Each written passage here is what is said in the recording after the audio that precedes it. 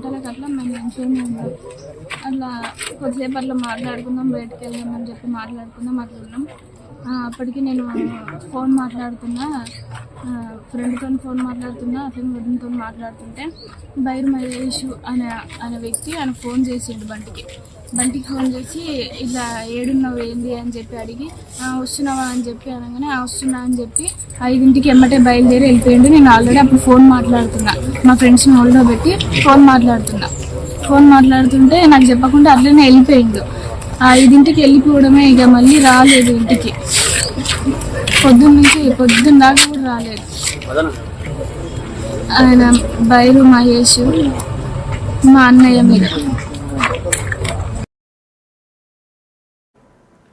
So చూస్తూ ఉన్నాము భార్య మాట్లాడుతున్నటువంటి మాటలైతే, భార్య మాటల్లో విన్నట్లయితే కనుక చూస్తూ ఉంటే యువకుడి హత్యకు సంబంధించి వాళ్ళ కుటుంబ సభ్యుల నుంచి అయితే మాత్రం ఎటువంటి అపవాదం అయితే ఉండదు. కాకపోతే మార్నింగ్ నుంచి బయలుదేరిన వ్యక్తికి నేను పలు టైమ్స్ కాల్ చేశాను, బట్ ఆయన లిఫ్ట్ చేయలేదు అన్నట్లుగా మాట్లాడుతున్నారు. ఇప్పుడు ఒకసారి పోలీస్ బయట చూద్దాం. మార్నింగ్ పిల్లలు మరి గమనించబడ్డాడు. అతడు ఒక 6 months బ్యాక్ కులాంతర వివాహం తీసుకున్నాడు. ఈ హత్యకు కులాంతర వివాహం వ్యక్తిగత కక్ష తెలియదు. ప్రస్తుతం అయితే డెడ్ బాడీని ఏరియా హాస్పిటల్ సూర్యపేటకు షిఫ్ట్ చేసినాం. ఫర్దర్ ఇన్వెస్టిగేషన్ చేసినాక అప్డేట్ అవ్వాలని తెచ్చాం. వడ్లకొండ కృష్ణ 32 years ఉంటుంది. మార్నింగ్ పిల్లల మంది చెరువు దగ్గర అనుమానాస్పదంగా మర్డర్ అయి ఉన్నాడు. ఇతను గత 6 నెలల క్రితం ఇంటర్ కాస్ట్ మ్యారేజ్ చేసుకున్నాడు. భార్గవి అనే అమ్మాయిని, పిల్లల మరికి చెందిన గౌడ కులస్తురాలైన భార్గవిని మ్యారేజ్ చేసుకుండు. ఈ మర్డర్ కు ఇంకా కారణాలు అయితే తెలియలేదు. ఇంకా ఏమైనా వ్యక్తిగత కక్ష లేకపోతే ప్రేమ వ్యవహారం అనేది విషయం తెలియలేదు. ఇంకా ఎవరు కూడా కంప్లైంట్ ఇవ్వలేదు. డెడ్ బాడీ ఇప్పుడే షిఫ్ట్ చేసినాము. కంప్లైంట్ ఇచ్చినాక ఫర్దర్ ఇన్వెస్టిగేషన్ చేస్తాం. మాటల్లో కూడా విన్నాము. ఇదంతా ఈ ఘటన చూస్తే ఆయనని చాలా కిరాతకంగా బండరాలతో కొట్టి చంపారు. సో దీనికి సంబంధించి ఇంకా వివరాలు అయితే లేవు. దీని మీద చాలా ఇన్వెస్టిగేషన్ చేయాల్సి ఉందన్నట్టుగా మాట్లాడుతున్నారు ఆయన. ఒకసారి దీనికి సంబంధించి అక్కడ సూర్యాపేటకు సంబంధించి మన అప్డేట్ తెలుసుకుందాం. పుల్లారావుని అడిగి, పుల్లారావు జాయిన్ అవుతున్నారు లైవ్లో. పుల్లారావు చెప్పండి, ఒకవైపు చూస్తూ ఉన్నాము, భారీ మాటలు కూడా విన్నాము, ఆవిడకి ఏమీ తెలియనట్టుగానే కనిపిస్తూ ఉంది. కుటుంబ సభ్యుల నుంచి హత్య కేసు ఏదైనా హత్య అనుకోవచ్చా, లేదంటే పాత కక్షల వల్ల జరిగిందంటారా ఇది? సూర్యాపేట శివార్లో ఉన్నటువంటి ఊసికి పక్కన వడ్లకొండ కృష్ణ అలియాస్ మానవ చాలా కలగ వడ్లకొండ కృష్ణ కారణము బరువు వచ్చినా లేకపోతే వేరే పాత కక్షలు ఉన్నాయా అని చెప్పేసి కూడా పెద్ద ఎత్తున కూడా అనేక అనుమానాలు నెలకొందని.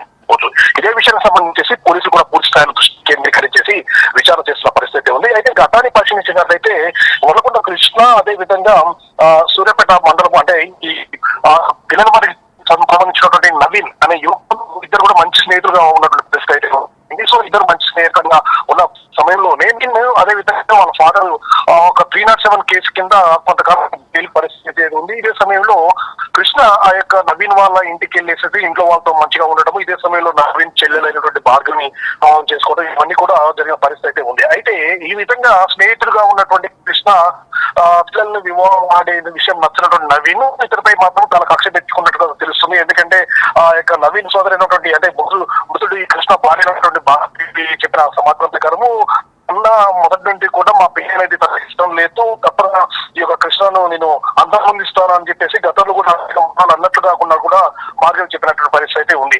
సో నిన్న జరిగినటువంటి యొక్క ఆ విషయాన్ని కూడా తెలుసుకున్నట్లయితే అంటే ఈ విధంగా తన చెల్లెలు వివాహం ఆడటం ఇష్టం లేనటువంటి నవీన్ కృష్ణ నేను ఖచ్చితంగా చంపాలని ఉద్దేశంతో ఉన్నాడు కాబట్టి ఈ విధంగా అతి చేసి ఉంటారని చెప్పేసి కూడా స్థానికంగా ఉన్న వ్యక్తులు కానీ అదేవిధంగా ఆ యొక్క కృష్ణకు సంబంధించిన కుటుంబ సభ్యుల పరిస్థితి ఉంది.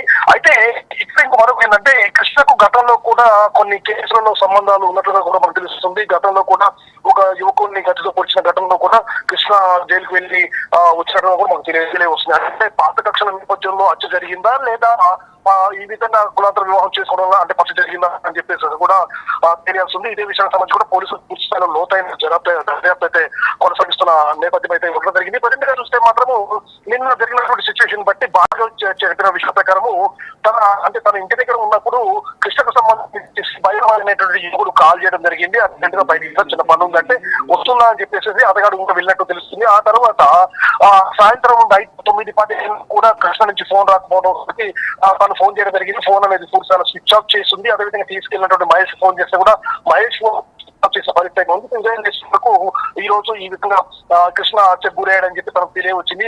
ఈ విధంగా హత్యకు ప్రధాన కారణం మహేష్ తీసుకెళ్తే వెళ్ళాడు. అదేవిధంగా గతంలో కూడా తన అన్న అన్నాడు. ఎందుకంటే వివాహం నచ్చలేదు కాబట్టి ఒకవేళ కుటుంబ సభ్యులు చంపుతారని చెప్పేసి భార్య కూడా అనుమానం వ్యక్తం చేసిన పరిస్థితి జరిగింది. కాకపోతే ఇదే విషయానికి సంబంధించి పోలీసులు కూడా పూర్తి స్థాయిలో దర్యాప్తు కొనసాగిస్తున్నారు. ఇది పరువు హత్యనా లేదా పాత కక్షల కారణంగా హత్య జరిగిందా అనే విషయాన్ని దీన్ని పూర్తి స్థాయిలో దర్యాప్తు చేపడుతున్నామని చెప్పారు. కాకపోతే మనకు అందుతున్న సమాచారం ప్రకారము నవీన్ పోలీస్ స్టేషన్ లో ఉన్నట్లుగా కూడా తెలుస్తుంది. సో నవీన్ పోలీస్ స్టేషన్ లో లొంగిపోయాడంటే తప్పనిసరిగా నవీనే హత్య చేయించుంటారని మనం అర్థం చేసుకోవచ్చు. సో ఈ విధంగా అంటే పరువు హత్యగా దీన్ని భావించాల్సిన పరిస్థితి ఉంది. కాకపోతే పోలీసులు మాత్రం దీన్ని గట్టిగా ఉంచుతున్న పరిస్థితి ఉందని చెప్పవచ్చు. సో పోలీసుల నుంచి పూర్తి స్థాయి వివరణ వస్తే గానీ ఈ హత్యకు సంబంధించేసరికి పరువు హత్య లేదా పాత కక్షల కారణంగా జరిగిన హత్య అని చెప్పేసి తేటతెల్లే అవకాశం అయితే ఉంది. సో ప్రస్తుతం నవీన్ అనే వ్యక్తి మాత్రం పోలీస్ స్టేషన్లో ఉన్నట్లుగా చెప్తున్నారు మీరు. ప్రజెంట్ చూస్తూ ఉంటే మరి నవీన్ మీదే ఖచ్చితంగా అనుమానాలు వ్యక్తం చేసే అవకాశాలు ఉన్నాయి అక్కడ? అంటే ఇప్పుడు మనకు అందుతున్న సమాచారం ప్రకారం నవీన్ పోలీసులు అదుపులో ఉంటే పోలీసులు స్టేషన్ వచ్చి లొంగిపోయారంటే తప్ప నవీన్ యొక్క హత్య చేసినట్లుగా కూడా మనం అనుకోవచ్చు. కాకపోతే పోలీసులు మాత్రం ఈ విషయాన్ని పూర్తిగా ధృవీకరించలేదు. ఇది మనకు అందుతున్న సమాచారం ప్రకారం వస్తున్నటువంటి విషయాలు.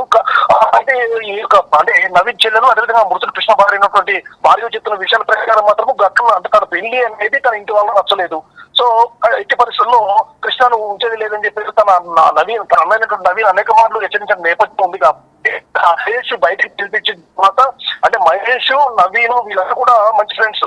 సో మహేష్ ద్వారా బయటికి రాపించుకొని అని చెప్పేసి కూడా బాగా అనుమానాలు వ్యక్తం చేసిన పరిస్థితి ఉంది. సో ఈ విధంగా బాగా అనుమానాలు లేవనెత్తుతున్న నేపథ్యంలో ఖచ్చితంగా కూడా నవీనే హత్య చేసి ఉంటారని చెప్పేసి కూడా ఒక నిర్ధారణకు రావాల్సిన అవకాశం అయితే ఉంటుంది. కాకపోతే పోలీసుల నుంచి మాత్రం దీంట్లో ఇన్వెస్టిగేషన్ పూర్తి కంప్లీట్ చేసిన తర్వాత ఎవరు హత్య చేశారు, ఇది పరువు హత్య లేక పాత కక్ష కారణంగా కూడా ఈ యొక్క హత్య జరిగిందా అనేది మాత్రం పోలీసులు చెప్పిన పూర్తి నిర్ధారణకు వచ్చే అవకాశం అయితే ఉంది.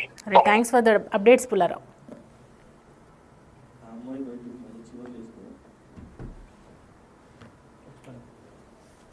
రైట్. ఇక ఈ మర్డర్కి సంబంధించి అనేక రకాలైనటువంటి అనుమానాలు అయితే వ్యక్తమవుతూ ఉన్నాయి. పరువు హత్య లేదంటే పాత కక్షలకు సంబంధించినటువంటి హత్య. ఎందుకంటే పాత కక్షలకు సంబంధించిన హత్యకు సంబంధించి ఎవరు కూడా దీనిలో ఇన్వాల్వ్మెంట్ అయితే లేదు. కానీ ఎవరైతే ఇంటర్ క్యాస్ట్ చేసుకున్నారో వాళ్ళ స్నేహితుడు మహేష్ అనే వ్యక్తి ద్వారా వాళ్ళ భార్య అన్నయ్య బయటికి తీసుకురావడం జరిగింది. మార్నింగ్ టైంలో ఆయన్ని కాల్ చేసి